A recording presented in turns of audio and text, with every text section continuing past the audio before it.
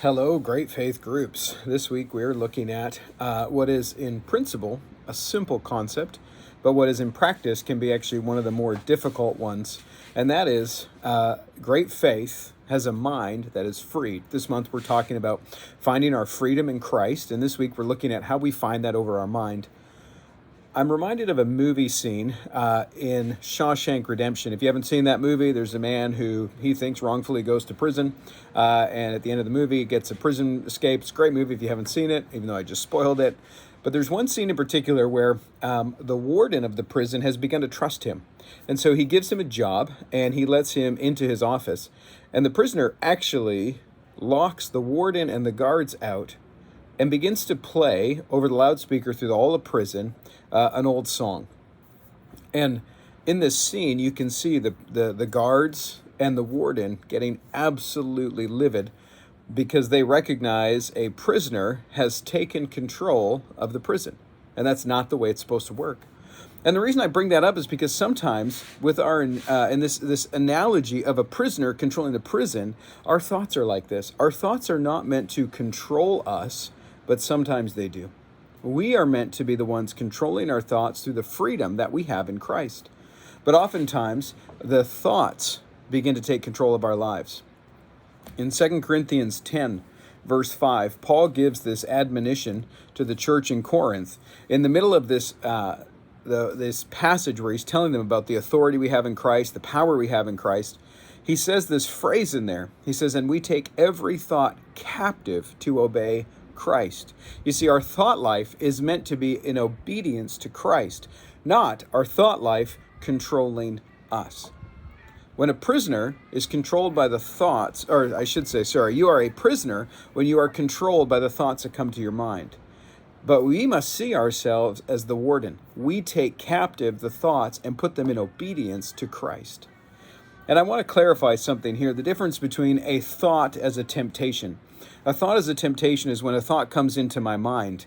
That is the moment where I have the choice to either become a prisoner to it, where I let it control me, or to become the warden over it, where I say, no, I'm taking that thought captive. I'm putting it under the obedience of Christ.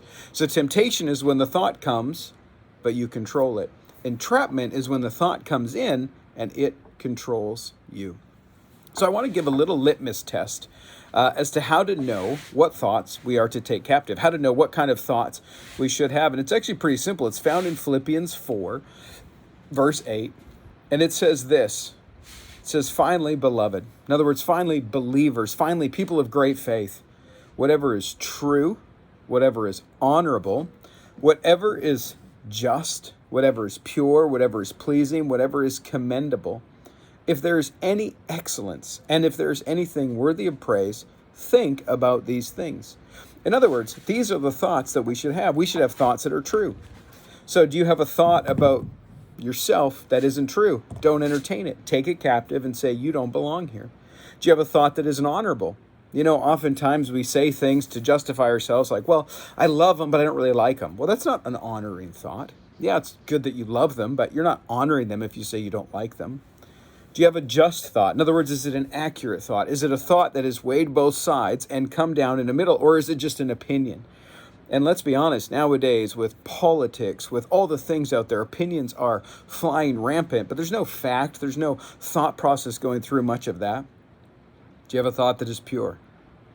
Do you have a thought that lines up with something that basically, if you said it out loud in front of Jesus himself, would he cringe or would he be okay with it? Whatever is pleasing. In other words, what makes people pleased, filled with joy, life, whatever is commendable. What can you commend? What can you say that is a commendable thought, a commendable thing? If there's any excellence, if someone's done something well, do you think about that? If there's anything worthy of praise. This is kind of the litmus test. These are the kind of thoughts that should come in. If there's any thought that is not true, that is not worthy of praise, that is not honorable, that is not just or pure or pleasing, those are the thoughts we need to grab a hold of and say, no, you're not allowed in my thought life.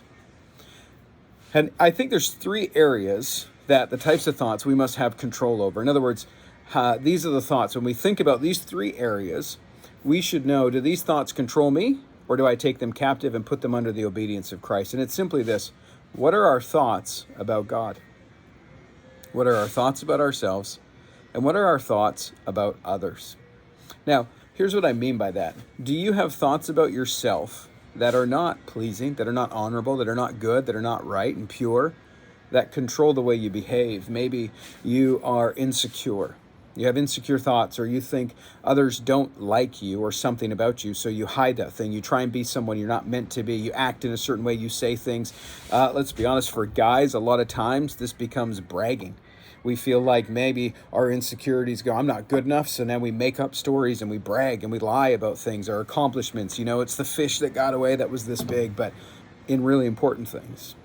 Or what about thoughts about God? Maybe you believe things about God, you have thoughts about God, you have perceptions about God that aren't true, that aren't accurate, that aren't biblically based. And so you respond to God out of those thoughts that are wrong. You've got to not let those thoughts or those views about God, yourself, or others control you. But you have to process them through those filters of Philippians 4:8 and say, am I thinking accurately about God, about myself, and about others? And am I acting out of those things? Or are there thoughts, are there fears, are there insecurities, are there doubts, are there judgments that I've held towards other people that are causing me to act in a certain way that is not godly? And again, this concept is simple. I think about these things and I act out of them. But it's one of the more challenging things. It's one of the areas where we need to know the freedom of Christ. And one of the biggest areas, I think, in this is that we have to understand sometimes, what is the root cause of our thinking in a certain way? Is it something that we've done? Is it something that has been done to us by others? Is it something we think God has done to us? And oftentimes, one of the keys to finding freedom in our thinking is forgiveness. Forgiving others for what they've done to us, or maybe what they haven't done to us. Maybe parents didn't communicate love. Maybe parents divorced and weren't there as much as they should have been.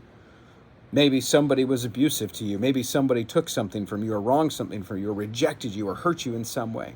And because of that, it's created thoughts about God, yourself, or that person that you need to release forgiveness to be able to find the freedom from. And so I want to close today, and this is what we're going to kind of look at, is set up the prison gates. And here's what I mean by that. We need to put walls in our life around our thinking that help us, that make it as easy as possible for us to have the right thoughts in our mind and to be the ones in control of our thought life, not the ones being controlled by it. So here's a couple of things to do. Number one, be wise with what you watch and listen to. I remember as a young believer, within the first year of my coming to Christ, I love music. I always love music. I have my headphones in. I listen to a lot of music. And at the time, almost all of my collection was non-Christian music. Let's be honest, it was the 90s. There wasn't a lot of good Christian music out there, not like today. And so I remember one of my habits was when my mind would kind of get overwhelmed with things, I would go for a long drive and I would just put music on. I would just blast it. And I would go out on back roads where there wasn't many people and I would fly around. And I remember one time I was getting frustrated by something and I went to do this and I felt like God stopped me. And he just said, here's what I want to challenge you to. I want to challenge you to 30 days without any of this kind of non-Christian music. And so I said, okay, I can do that. And I set it aside. And at the end of the 30 days, God clearly said to me, he didn't say you have to throw it all away. He simply said at that point in time, do you notice a difference? And I had noticed a huge difference in my thought life. And he gave me the choice. He said, do you want to keep the music or not? And I didn't. Okay, I'll be honest. I kept some of it. I love some bands like Pearl Jam. I still listen to them, but within moderation, because I put boundaries up with what I watch and what I listen to. I put boundaries up with what comes into my mind, and I put gates up to the things of God. Another way to set up prison gates is as thoughts come in, it's a simple question. Does it create a Philippians 4:8 thought life? Does it create a thought life? If a thought comes in about God, yourself, or others, does it create a pure thought, a true thought, a just thought, an honest thought? So these are just a couple of ways that we can this week make sure that our minds are fully freed by Christ and we can walk out the fullness of that freedom in our thought life.